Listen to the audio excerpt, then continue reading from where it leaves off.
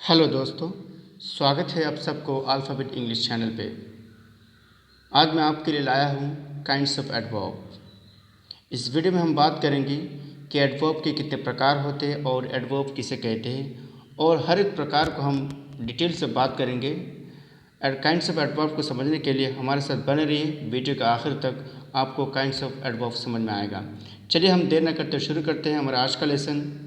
सो adverb किसे कहते हैं? An adverb is a word that modifies a verb, an adjective, another adverb, or even a whole sentence is called adverb. ठीक है, जब कोई शब्द क्या करे, किसी वर्ब की कैफियत को बयान करे, उसको डिस्क्राइब करे कि वो ऐसा हुआ वैसे हुआ, या किसी उसको एक सिफत दे, तो उसे हम क्या कहेंगे? एडवर्ब कहेंगे। उसके कई सारे प्रकार होते हैं, जैसे कि एडवर्ब ऑफ मैनर है, एडवर्ब ऑफ प्लेस है, एडवर्ब ऑफ टाइम है, एडवर्ब ऑफ डिग्री और क्वांटिटी है, एडवर्ब ऑफ रीज़न है, एडवर्ब ऑफ फ्रीक्वेंसी और नंबर है, एडवर्ब ऑफ अफर्मेशन और निगेशन है, एडवर्ब ऑफ कंजंक्शन है, इंटरोगेटिव एडवर्ब है और रिलेटिव एडवर्ब है। तो इन सब को हम अभी डिटेल के साथ देखते हैं। आइए शुरू करते हैं। सबसे पहले जो है क्या है? सबसे पहले एडवर्ब ऑफ मैनर है। ठीक है, this type of adverb tells us in what manner the action takes place and answers the question how और इन व्हाट मैनर। ठीक है, इस टाइप के जो एडवर्ब होंगे, इसमें हमें ये पता चलता है कि कोई एक्शन किस तरह हुआ, या किस तरह हो रहा है, या किस तरह होगा, और हाउ का जवाब देते। जैसे हम कहते हैं ये काम कैसे हुआ, तो हम बताते ये इस तरह हुआ। तो ये इस तरह किस तरह हुआ, तो इस तरह हुआ, तो ये क्या है? एडवर्ब ऑफ मैनर है। यानी किस तरीके से कोई काम हुआ, तो उसे हम कहते हैं एडवर्ब ऑफ मैनर। जैसे स्लोली धीरे धीरे, ठीक है, बैडली बुरी तरह, क्लियरली साफ साफ, ठीक है, क्वाइटली शांत से, ठीक है, या पूरी तरह, ठीक है, वेल, ठीक है, वेल मतलब क्या? अच्छा है, ठीक है, फास्ट, ठीक है, इसके बाद एक्स, इस तरह का जो है एडवर्ब आएगा। आइए हम मिसाल से समझते हैं। ही वॉक्स स्लोली, वो धीरे चलता है। कैसे चलता है? धीरे। तो क्या हमें हाउ का जवाब मिल गया, क्या? धीरे चलता है। यहाँ स्लोली क्या है? एडवर्ब ऑफ मैनर है। ही स्पीक्स क्लियरली, वो साफ बोलता है। कैसे बोलता है? साफ साफ बोलता है। तो क्लियरली जो है वो एडवर्ब बता रही है कि वो कैसे बोलता है, साफ बोलता है। तो एक हाउ और इन व्हाट मैनर का जवाब हमें मिल जाता है इसमें। तो इस तरह के एडवर्ब को हम क्या कहते हैं? एडवर्ब ऑफ मैनर कहते हैं। आइए हम आगे बढ़ते हैं। इसके बाद adverb of place. This type of adverb tells us the place of an action and answer the question where. इस टाइप के जो एडवर्ब होते हैं वो हमें ये बताता है कि कोई एक्शन कहाँ हुआ, यानी जो काम किस जगह में हुआ, यानी किसी वाक़या हुआ, किस जगह में वो वाक़या हुआ, या किस जगह में वो काम हो सकता है, ठीक है, उसे हम क्या कहेंगे? एडवर्ब ऑफ प्लेस कहेंगे। और वेयर का जवाब हमेशा ये मिलता है। जैसे where this work has done, ये काम कहाँ हुआ था, ठीक है, ये हैज़ बीन डन, तो ये कहाँ किया गया था। तो इसके जवाब में क्या था? हम कहते हैं कि वहाँ हुआ था। तो वहाँ यानी एडवर्ब ऑफ प्लेस है। जैसे there, here, in, above, out, below, far, behind, etcetera etcetera, इन सबको क्या कहते हैं? एडवर्ब ऑफ प्लेस कहते हैं। मिसाल से समझते हैं। कम इन, अंदर आओ, यानी कहाँ आना है? अंदर आना है। तो अंदर क्या है? एडवर्ब है। ठीक है। ही कम यानी एडवर्ब ऑफ प्लेस है। ही कम्स हियर, वो यहाँ आता है। कहाँ आता है? यहाँ, यानी वेयर का जवाब आ गया ना, कि प्लेस वाक़या बता रहे यहाँ आता है। तो यहाँ क्या है? वो एडवर्ब ऑफ प्लेस है। प्लीज़ गो देयर, मेहरबानी करके आप वहाँ जाइए। तो वह को हम क्या कहेंगे? एडवर्ब ऑफ प्लेस कहेंगे। उम्मीद है कि आप समझ गए होंगे कि एडवर्ब ऑफ प्लेस किसे कहते हैं। आइए हम आगे बढ़ते हैं। अब है adverb of time. This type of adverb tells us the time of an action and answer the question when. इस टाइप के जो एडवर्ब होते हैं वो हमें ये बताता है कि कोई एक्शन, कोई काम कब हुआ, उसका टाइम बताता है कि यह काम उस वक्त हुआ था या तब होगा। कोई काम होगा यानी उसके एक टाइम बताता है। जब कोई भी एडवर्ब हमें टाइम बताता हो तो उसे हम क्या कहेंगे? एडवर्ब ऑफ टाइम कहेंगे। जैसे now, before, today, yesterday, since, late, early, already etcetera, इन सब को कहते हैं एडवर्ब ऑफ टाइम कहते हैं। जैसे ही केम लेट, मतलब वो लेट आया। कब आया? यानी लेट आया, तो एक टाइम है ना, इस वजह से उसे हम क्या कहेंगे? एडवर्ब ऑफ टाइम कहेंगे। कॉल हिम अर्ली, उसे जल्दी कॉल करो। अर्ली इज़ अ टाइम, इस वजह से वो क्या है, एडवर्ब ऑफ टाइम है। आई विल लीव टुडे, मैं आज ही निकलूँगा। कब निकलूँगा, आज ही, तो आज टुडे इज़ अ टाइम, ठीक है, इस वजह से उसे हम क्या कहते हैं, एडवर्ब ऑफ टाइम कहते हैं। उम्मीद है कि आप समझ गए होंगे कि एडवर्ब ऑफ टाइम किसे कहते हैं और उसके इस्तेमाल। आइए शुरू करते हैं, आगे बढ़ते हैं। इसके बाद एडवर्ब ऑफ फ्रीक्वेंसी और number. This type of adverb tells us how frequently an action takes place and answer the question how often. इस टाइप के जो एडवर्ब होते हैं वो हमें ये बताते हैं कोई काम कितने मर्तबा हुआ, ये कितने मर्तबा होगा, और ये बताता है कि हाउ ऑफन, कब कब ये हुआ। इस तरह का जब हमें कोई सेंटेंस में मिलता है इस तरह का जो वर्ड, तो उसे हम क्या कहते हैं, एडवर्ब ऑफ फ्रीक्वेंसी और नंबर कहते हैं, ठीक है। जैसे कि वंस, एक मर्तबा, ट्वाइस, दो मर्तबा, थ्राइस, तीन मर्तबा, ऑफन, कभी कभी, ठीक है, मतलब कभी नहीं, ऑफन मतलब अक्सर, जैसे ना ऑफन अक्सर, ठीक है, सेल्डम यानी कभी कभी, ऑलवेज हमेशा, समटाइम्स कभी कभी, ठीक है। तो ये जो है ना, ये बता रहे हैं कि कोई काम कितने मर्तबा होता है, तो उसे हम क्या कहेंगे, फ्रीक्वेंसी कहेंगे, एडवर्ब ऑफ फ्रीक्वेंसी और नंबर कहते हैं। जैसे कि I read this book twice, मैंने ये किताब 2 मरतबा पढ़ी, तो ये 2 मरतबा क्या है, 2 यानी ट्वाइस, तो ये ट्वाइस जो है एडवर्ब ऑफ फ्रीक्वेंसी है, क्योंकि ये बता रहे कि फ्रीक्वेंसी ऑफ टाइम, यानी हमने कितने मरतबा ये किताब पढ़ा, ट्वाइस, ठीक है, इस वजह से वो क्या है, एडवर्ब ऑफ फ्रीक्वेंसी है। इसके बाद I have told you once, मैंने आपको एक मरतबा बताया था, ठीक है, तो कितने मरतबा बताया था, एक मरतबा। यहाँ वंस क्या है, एडवर्ब ऑफ फ्रीक्वेंसी और नंबर है। उम्मीद है कि आप समझ गए होंगे कि एडवर्ब ऑफ फ्रीक्वेंसी और नंबर क्या है और उस किसको किस तरह हम पहचानेंगे कि कौन एडवर्ब ऑफ फ्रीक्वेंसी है। आइए हम आगे बढ़ते हैं। इसके बाद एडवर्ब ऑफ डिग्री और क्वांटिटी, ठीक है। This type of adverb expresses degrees of quality, state, condition और relation and answer the question how much, in what degree और टू व्हाट एक्सटेंट, ठीक है।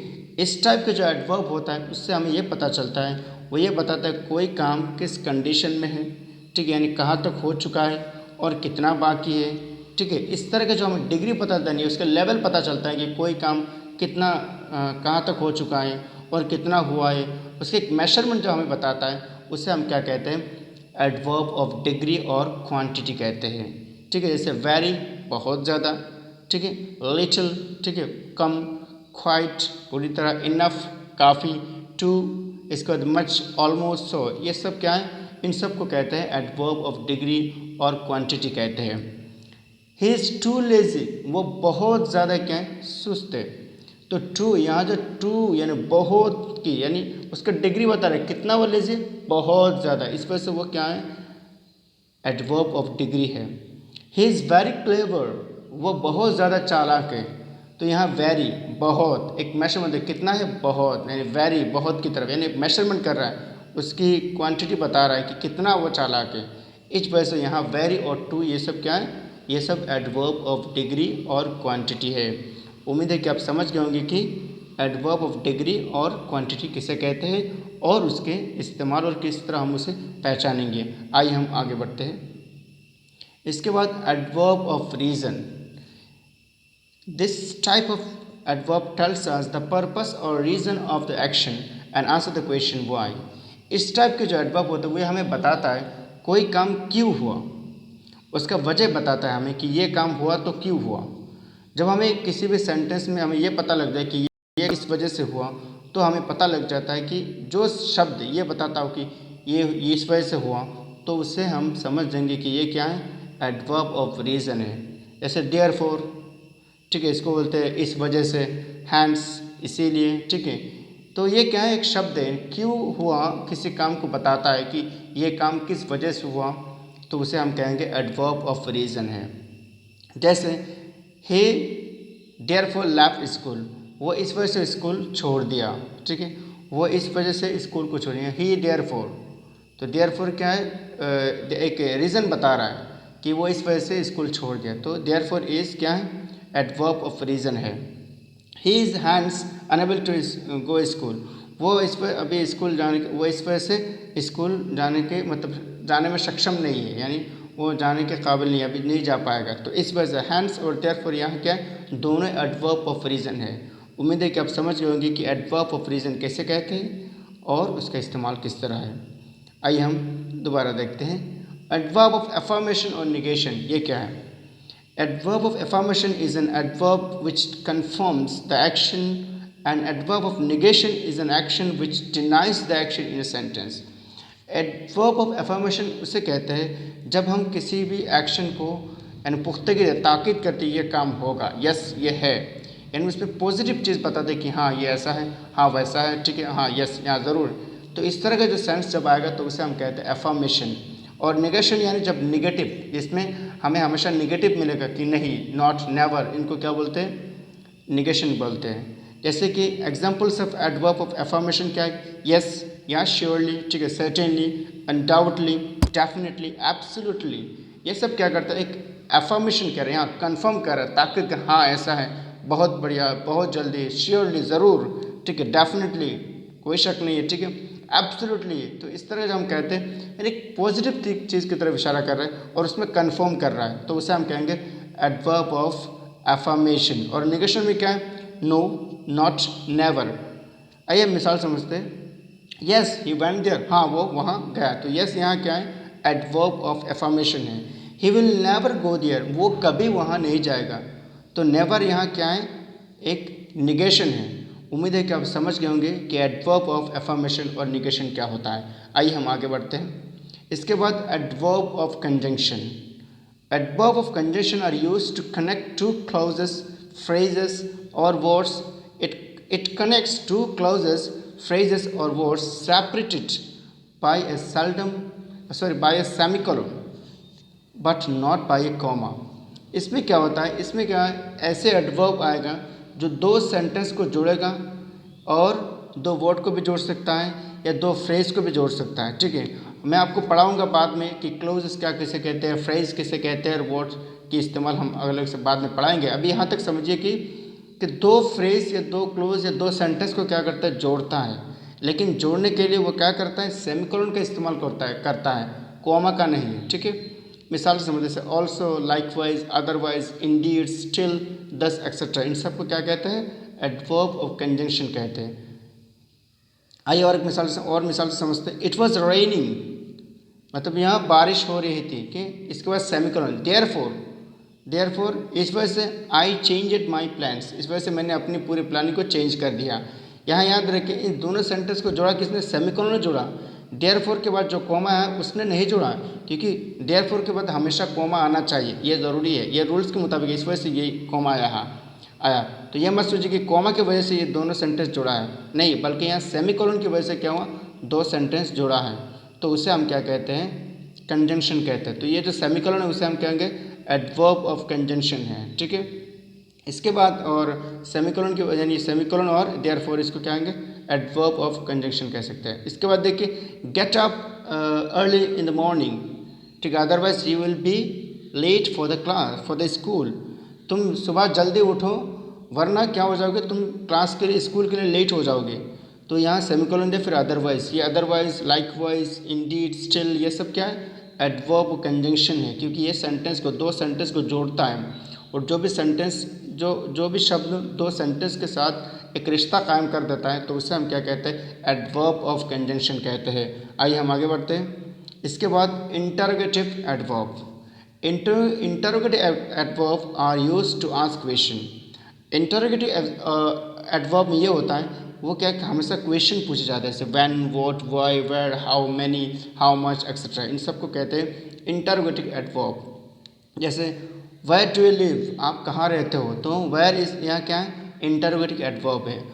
Why are you behaving like this, आप इस तरह क्यों, मतलब रवैया कर रहे हैं, यानी आप इस तरह क्यों बिहेव कर रहे हैं, तो उसको हम क्या कहेंगे, वाई जो है ये क्या है, इंटरोगेटिव एडवर्ब है।